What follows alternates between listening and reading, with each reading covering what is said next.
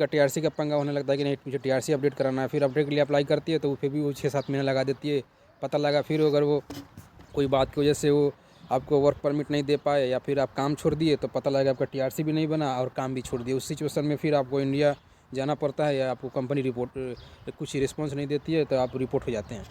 First time आए हैं तो कोई कंपनी आपको टीआरसी बना रही है तो आप काम कीजिए, लेकिन आप सिचुएशन देख लीजिए कि कंपनी के पास काम एंड हो रहा है और मुझे टीआरसी मिल गया, मेरे पास 3-4 महीना बाकी है, तो उस सिचुएशन में आप डायरेक्ट लॉयर को पकड़िए, लॉयर हायर कीजिए तो करा लेंगे। लेकिन जब टीआरसी एंड होगा तो हाथ उठा देंगे, बोलेंगे कि नहीं मैं नहीं बना पाऊँगा, तो अपना देख लो। तो उस टाइम में बंदा क्या होगा, सीधा रिपोर्ट होगा, कोई फ़ायदा नहीं है उसका। लाइफ चौपट, पैसा तो कमाया लेकिन चला गया इंडिया। हेलो दोस्तों, कैसे हैं? स्वागत करता हूँ फिर से आप लोग को एक नए वीडियो में। Welcome back my new another video. मैं हूं कलाम, मैं अभी मौजूद यूरोपियन कंट्री पुर्तगाल में। जैसे कि आप लोग को मालूम है कि मैं एक ट्रैवल ब्लॉगर हूं। ब्लॉगिंग के साथ साथ वीजा से रिगार्डिंग, जॉब से रिगार्डिंग और यूरोपियन कंट्री के डॉक्यूमेंट्स से रिगार्डिंग मैं वीडियो बनाते रहता हूं। और आज बात करेंगे पोलैंड के ऊपर। पोलैंड में क्या इशू है, वहाँ का वर्क परमिट का क्या इशू आ रहा है, वहाँ का टीआरसी का, इमिग्रेशन का, और पोलैंड VFS ग्लोबल का क्या इशू आ रहा है, पोलैंड एम्बेसी का क्या इशू आ रहा है। इसके ऊपर पूरा टॉपिक बात करेंगे। और जो बंदे पोलैंड में मौजूद हैं उनको क्या प्रॉब्लम हो रहा है कि वो रिपोर्ट हो जा रहे हैं इंडिया, और अच्छा खासा यूरोप में आने के बाद भी उनको निराश होकर यूरोप से जाना पड़ रहा है घर। इस टॉपिक पर पूरा बात करेंगे इस वीडियो में। तो अगर आप मेरे चैनल पर नए हैं, मेरे वीडियो पर नए देख रहे हैं, तो आप मेरे चैनल को सब्सक्राइब कीजिए, लाइक शेयर और ज़रूर कीजिए दोस्तों के साथ, और बेल आइकन को दबाना ना भूलें। और जो है सेम नाम से, कलाम आसिफ ब्लॉग के नाम से मेरा यूट्यूब चैनल और फेसबुक पेज दोनों है, तो दोनों फॉलो और लाइक शेयर सब्सक्राइप कर लीजिए। और दूसरा बात यह है कि अगर आप कोई भी क्वेश्चन और सवाल करते हैं तो आप लोग से रिक्वेस्ट है कि हेलो हाय के सिवा आप लोग डायरेक्टली जो मैटर होता है वो आप मैसेज कीजिए और इंस्टाग्राम पे कीजिए आप लोग, तो मेरे लिए आसान होगा आप लोग का रिप्लाई देना। बात करना थोड़ा पॉसिबल नहीं, क्योंकि मैं भी थोड़ा काम में बिजी रहता हूँ, मेरे पास ऊपर भी लोड है, वीडियो का शूट करना होता है, एडिटिंग करना होता है भी, और भी मेरे पास काम है।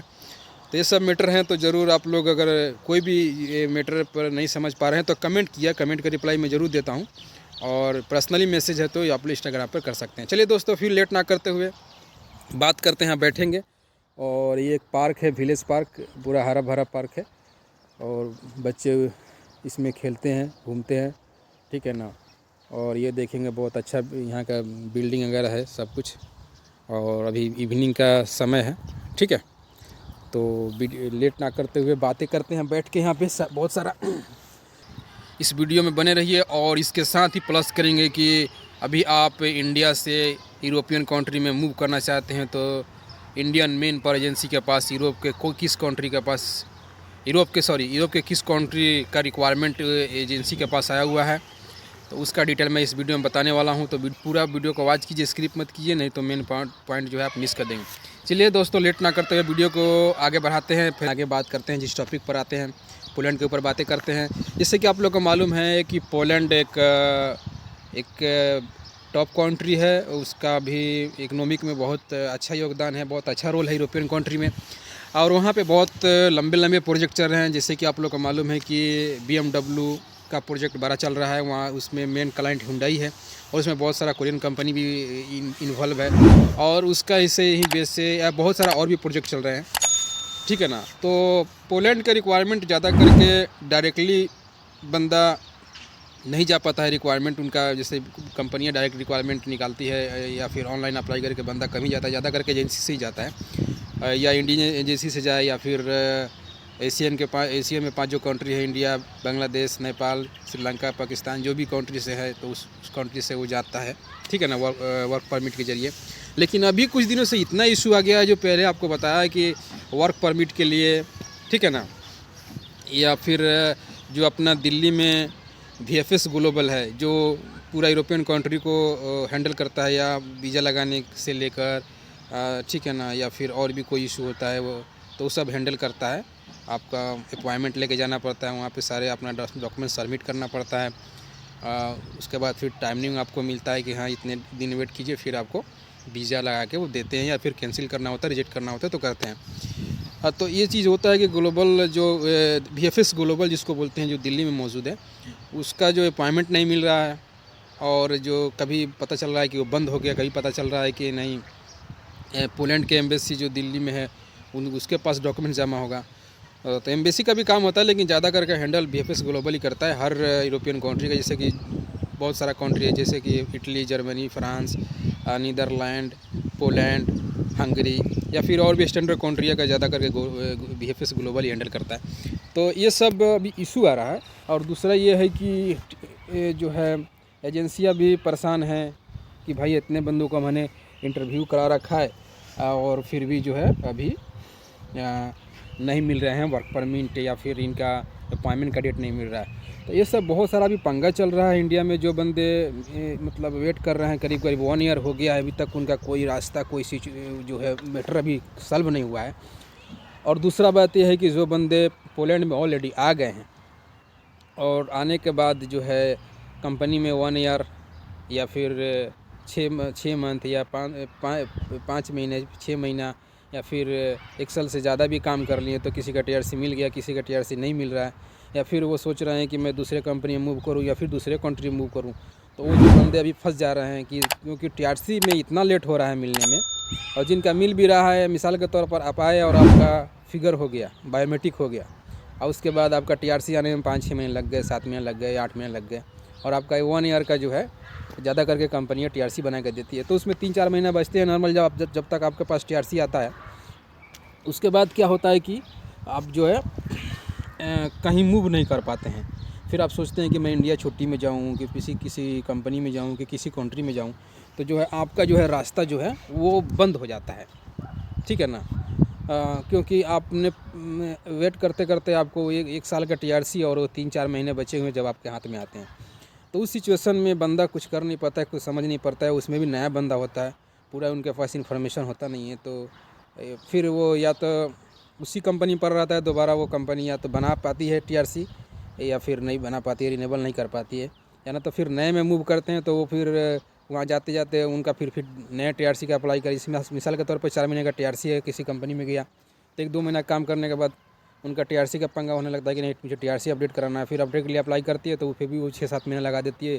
पता लगा फिर अगर वो कोई बात की वजह से वो आपको वर्क परमिट नहीं दे पाए या फिर आप काम छोड़ दिए, तो पता लगा आपका टीआरसी भी नहीं बना और काम भी छोड़ दिए। उस सिचुएशन में फिर आपको इंडिया जाना पड़ता है, या आपको कंपनी रिपोर्ट कुछ रिस्पॉन्स नहीं देती है तो आप रिपोर्ट हो जाते हैं।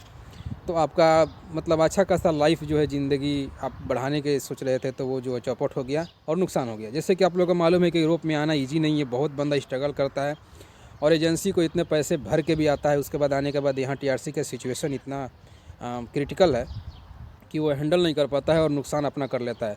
और पहले से वो इसके पास इन्फॉर्मेशन नहीं होने का कारण जो है ये नुकसान होती है।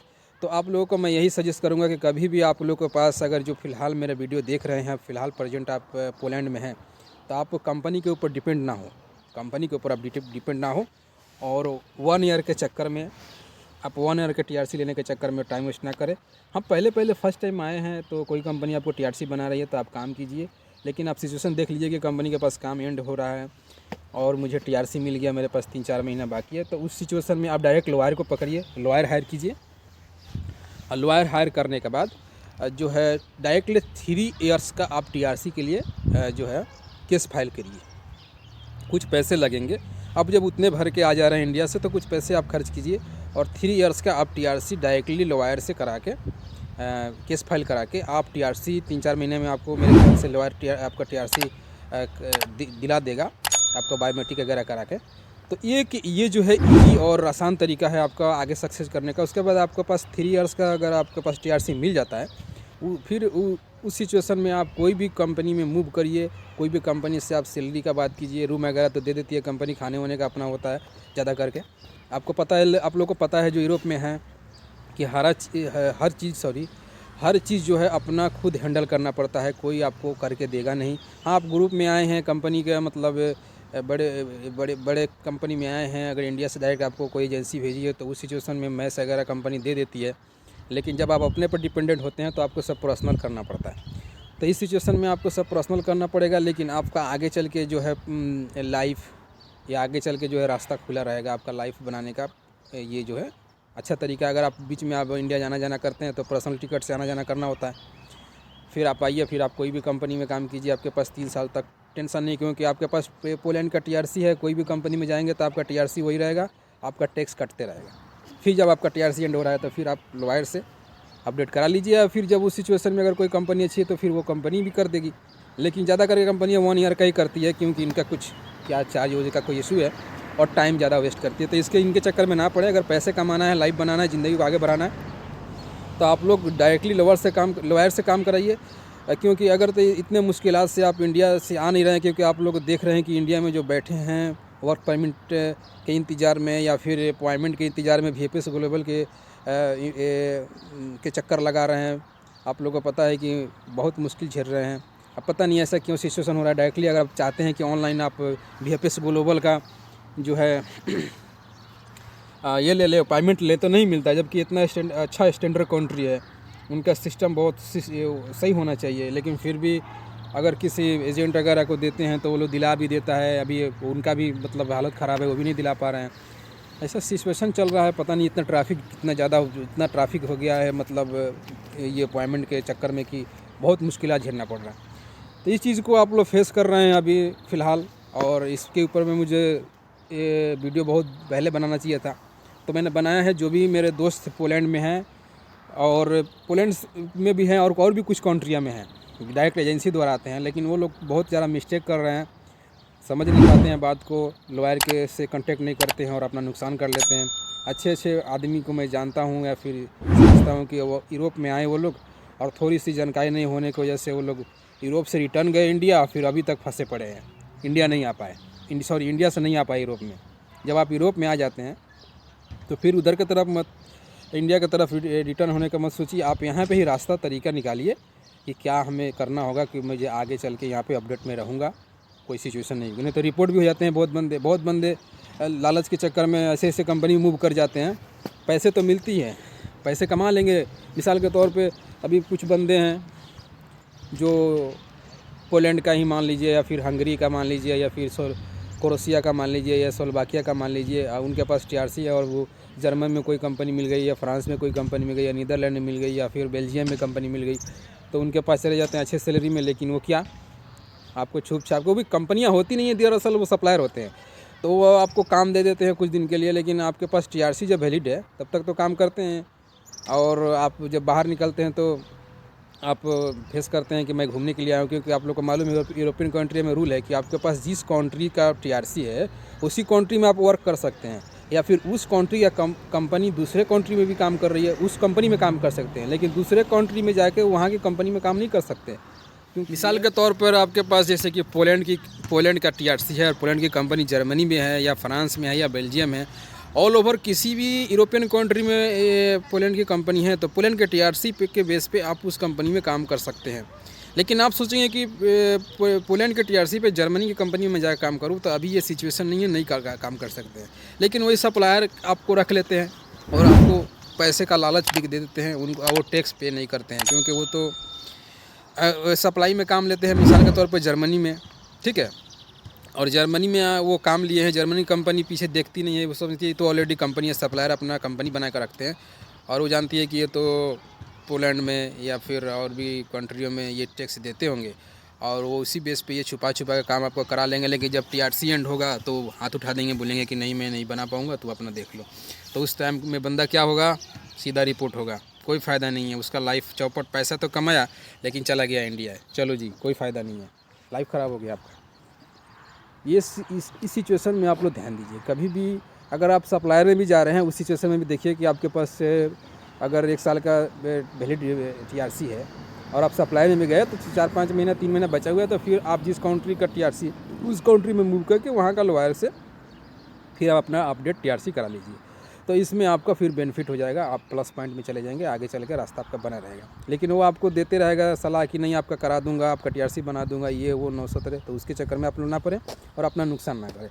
और दूसरा बात यह है कि आप लोग को मैं वीडियो में बताया था कि मैं बताऊँगा कि किस एजेंसी के पास किस यूरोपियन कंट्री का रिक्वायरमेंट अभी आया हुआ है फ़िलहाल अपडेट में, तो वो है बुल्गारिया का रिक्वायरमेंट आया हुआ है। मैं बुल्गारिया और रोमानिया के ऊपर बहुत वीडियो बनाता रहता हूं, क्योंकि वो अपडेट कंट्री अभी यूरोपियन में शामिल हुआ है, सेनेजन जोन में आया हुआ है, तो बहुत अच्छा अपडेट है। और तो उसका रिक्वायरमेंट, बुल्गारिया का रिक्वायरमेंट गया हुआ है तेहरान इंटरनेशनल, न्यू दिल्ली में ये ऑफिस अवेलेबल है, और ये रजिस्टर ऑफिस है, और ये गूगल में चेक कर सकते हैं आप, main power agency approved by foreign affair ministry India. और फिर इनके जो PDF लिस्ट है उसमें जाकर चेक कर सकते हैं, इनका नाम, रजिस्ट्रेशन नंबर, ये सब डिटेल डाला हुआ है। आप इन ऑफिस के पास जाइए डायरेक्टली, मैं स्क्रीन पे चला दे रहा हूँ, ये रिक्वायरमेंट देख लीजिए। इसमें वेल्डर वगैरह का है, जो भी चाहिए आप इसमें देख सकते हैं। इसमें ईमेल है, इसमें मोबाइल नंबर है, कॉन्टेक्ट कीजिए, बात कीजिए या ऑफिस में विजिट कीजिए, डायरेक्टली जाके आप इनका फीडबैक देखिए। ऐसा नहीं है कि ऑफिस सही है तो काम अच्छा है या फिर काम में लेट है या फिर फास्ट है, ये सब जानकारी आप खुद जाके वहाँ पे फीडबैक लीजिए। ये ऑफिस रजिस्टर है तो मैं इसके डिटेल्स जो है अपना शेयर कर दिया हूँ, ये अपना जो है ये स्क्रीन पे। तो आप लोग डायरेक्टली जाके अप्लाई बात कीजिए और अप्लाई कीजिए, इंटरव्यू अटेंड कीजिए और इनके से पूरा डिटेल्स आप जानिए कि कितना टाइम लगेगा, कितना ऑफिस चार्ज है और कंपनी का क्या फीडबैक है, कंपनी में क्या क्या फैसिलिटी है, और आप एक्टिव है, स्किल हैं, आपके पास काम जानकारी है, एक्सपीरियंस अगर है तो आप वहाँ जाके इनसे बात कीजिए और अप्लाई करके अपना काम को कराइए। तो यही सब दोस्तों हैं, डायरेक्टली आप इनसे कांटेक्ट कीजिए कोई भी मैटर को लेके। और अगर आप पोलैंड में हैं या इंडिया में हैं, पोलैंड के लिए अप्लाई किए हैं तो कमेंट के जरिए बताइए कि क्या इशू आपको आ रहा है। ठीक है, इस वीडियो में मैं पूरा डिटेल से बताया हूँ, समझाया हूँ आप लोग को। तो आप लोग बात को समझ गए होंगे, अंडरस्टैंडिंग हो गई होगी।